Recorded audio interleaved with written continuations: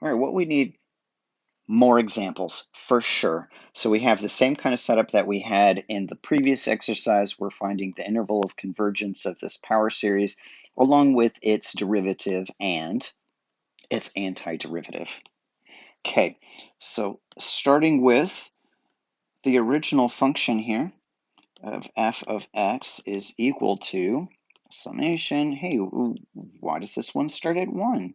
Why can't it start at 0? Because we have an n down here on the bottom. If it was 0, then obviously that would be a division by 0. Okay, so 0 to the 0 power is taken to be 1 here in series, but not division by 0. That's just silly. Okay, x to the nth power over n. So if you plug in 1, you have x to the first power over 1, which is just x, plus, if you plug in, let's say, a 2, x squared over 2, x cubed over 3, and it just keeps going. Okay. All right. Let's take the ratio test on this guy. So limit n goes to infinity, absolute value of x to the, no, come on, x to the n plus 1 over n plus 1, no factorial, and then reciprocal n over x to the nth. Okay, unfortunately, nothing cancels there. That's okay, they're positive, they get to come out, but we can cancel out the exponents. N plus 1 minus the n just gives us to the first power.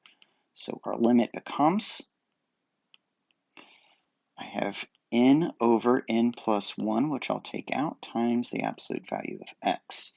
By L'Hopital's rule, this limit goes to 1, leaving us with just the absolute value here, absolute value of x. All right, and then by the ratio test, we need that to be less than 1. So our interval of convergence, at least initially, is between -1 and +1.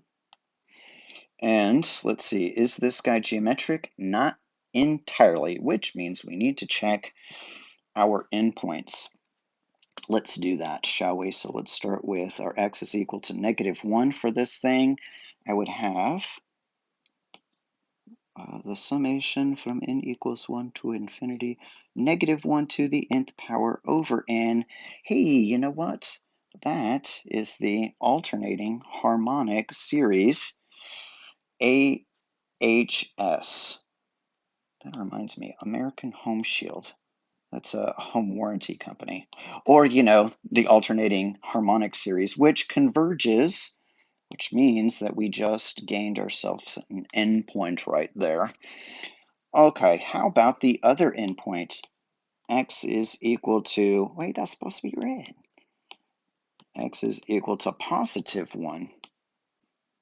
Okay, summation from n equals 1 to infinity.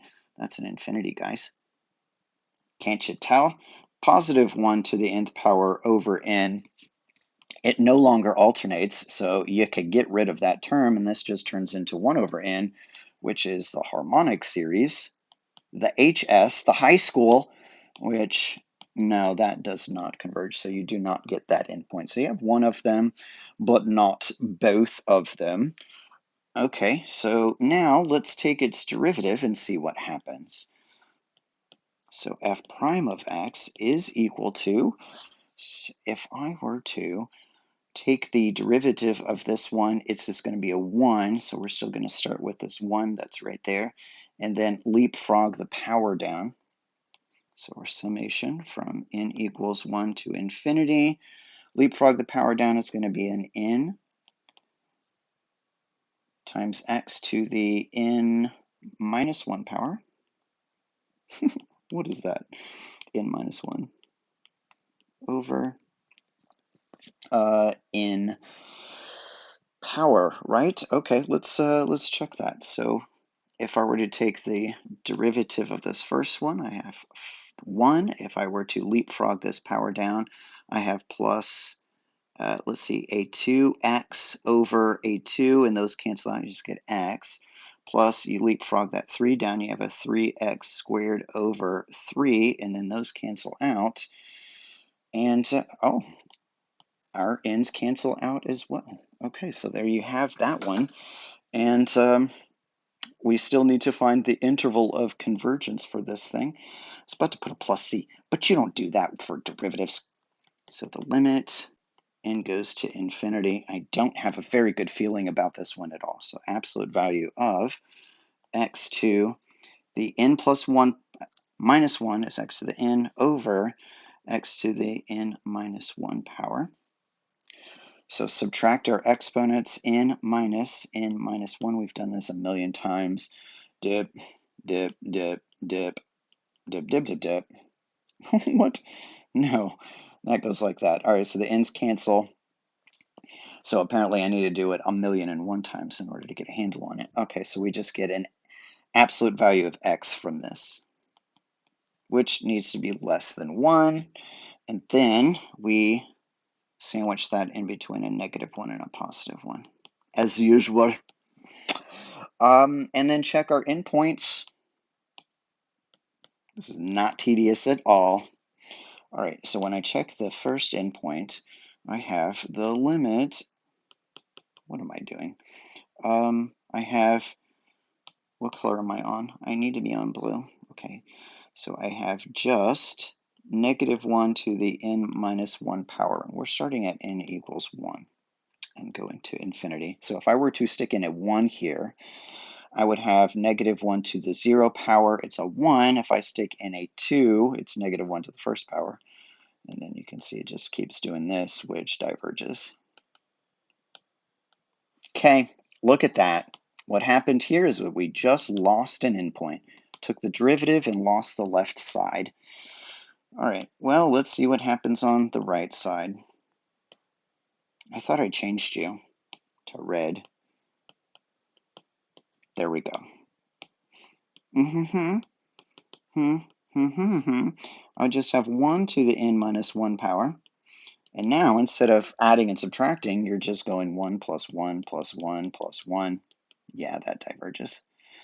All right, so we didn't get that endpoint, but we didn't have it to begin with. So here is our new interval of convergence. Again, the radius is the same. However, the interval is not identical because we lost an endpoint right there. Okay, all right, so I've got to put in an extra page. And now let's take the antiderivative. I'm pretty sure 3 comes next. Okay, so antiderivative of f of x with respect to x. I'll go ahead and start with our plus c. Right, I know that from experience. So let's come back over here.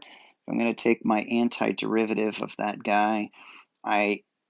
X to the n plus 1, add 1 to the exponent over. I already have the n there, and then I need to also multiply it by or divide it by the new power, which is the n plus 1th power, like so. Okay, so I have summation from n equals 1 to infinity of x to the n plus 1 power over n times n plus 1. Okay, so what's next to do? The last thing, of course, is the ratio test to find its interval of convergence. What do you think is going to happen? Are we going to gain some endpoints? Are we going to lose some endpoints? Let's see. So I have x to the n plus 1 plus 1, n plus 2 power over n plus 1 from this guy, and then n plus 1 more is an n plus 2. And multiplied by the reciprocal of that guy, n plus 1 over x to the n plus 1. Yep. And let's cancel. I think things cancel, don't they? Boom and boom, those do. And then your n plus 2 over n plus 1 as exponents, they're going to subtract, leaving you with just to the first power. N goes to infinity. I don't know why I wrote that down. Oh, yes, I need to bring out the n's. N plus 2, absolute value of just the x. That's the only thing that's left. The limit of that's going to go to 1, so we're just left with the absolute value of x, which needs to be less than 1. Sandwich that in between a -1 and a +1, and test your endpoints.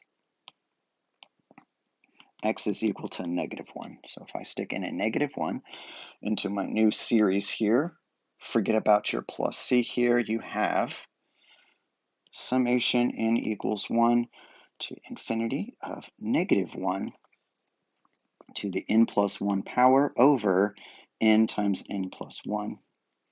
All right, so this is really like an n squared plus n, and it alternates, and these terms are definitely going down to 0, and they're decreasing in magnitude. This is an alternating series test that you can perform on this one, and you can definitely verify this thing converges.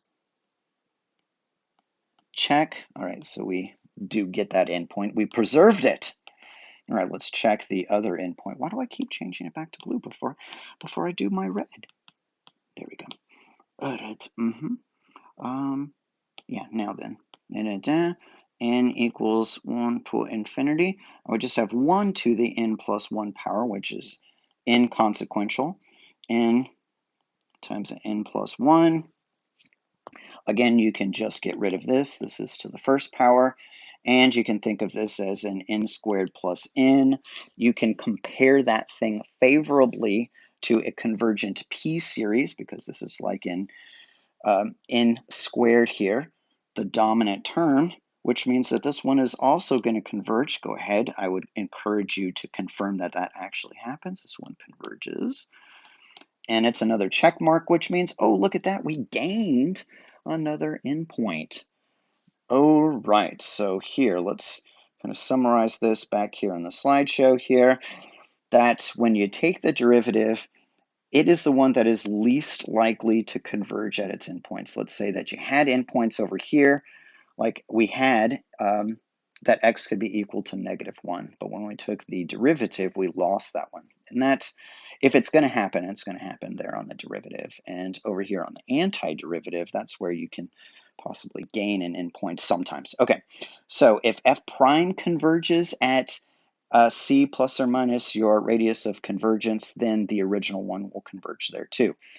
In other words, if you had an endpoint here and you worked backwards to find f of x, yeah, you're still going to preserve that endpoint.